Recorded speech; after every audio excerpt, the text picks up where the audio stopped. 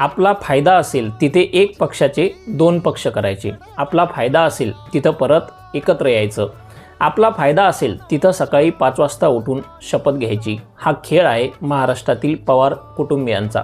खरं तर जेव्हा अजित पवारांनी राष्ट्रवादी फोडली होती तेव्हा सुप्रिया सुळे प्रसारमाध्यमांवर येऊन ढसाढसा रडल्या होत्या आणि तेव्हा महाराष्ट्रातील प्रत्येक सर्वसामान्य माणसाला सुप्रिया सुळे असतील किंवा शरद पवार साहेब असतील यांच्याबद्दल वाईट वाटलं होतं की पवार साहेबांसोबत जे काही झालं ते चुकीचं झालं आणि अजित पवारांनी चुकीचं केलं। पण नुकत्याच झालेल्या पुणे महानगरपालिका निवडणुकीच्या अगोदर हेच अजित पवार आणि सुप्रिया सुळे सोबत येतात आणि जाहीर करतात की पुणे महानगरपालिकेची निवडणूक आम्ही सोबत लढणार आहोत।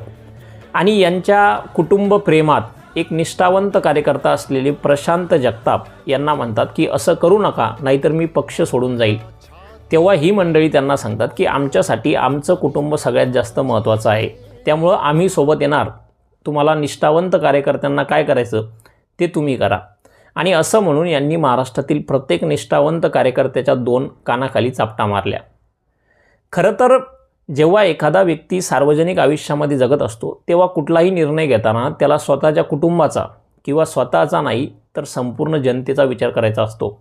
पण पवार कुटुंबियांनी मागच्या 3-4 वर्षात कुठलाही निर्णय घेताना कधीच त्यांच्या निष्ठावंत कार्यकर्त्याचा आणि जनतेचा विचार केला नाही आणि त्यामुळेच या महानगरपालिकेच्या निवडणुकीत महाराष्ट्रातील सर्वसामान्य जनतेनं आणि कार्यकर्त्यांनी त्यांना त्याच प्रकारचं उत्तर दिलं।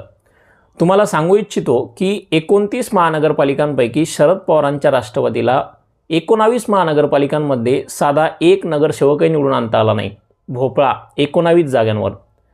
आणि अजित पवारांची तीच परिस्थिती आहे। अजित पवारांच्या राष्ट्रवादीला 29 महानगरपालिकांपैकी 10 महानगरपालिकांमध्ये एकही नगरसेवक निवडून आणता आला नाही, भोपळा। खरं तर हे पवार कुटुंबीय ज्या पुणे आणि पिंपरी चिंचवड महानगरपालिकेला स्वतःचं गड मानत होतं, त्या पुणे आणि पिंपरी चिंचवड महानगरपालिकेत शरद पवारांच्या राष्ट्रवादीला बोटावर मोजण्या इतक्या 2-4 जागा मिळाल्या आणि अजित पवारांच्या राष्ट्रवादीलाही 10-15% जागा मिळाल्या।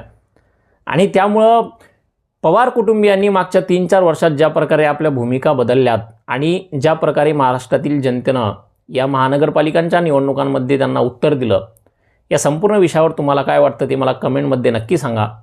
आणि असेच महत्त्वाचे व्हिडिओ पाहण्यासाठी फॉलो करायला विसरू नका।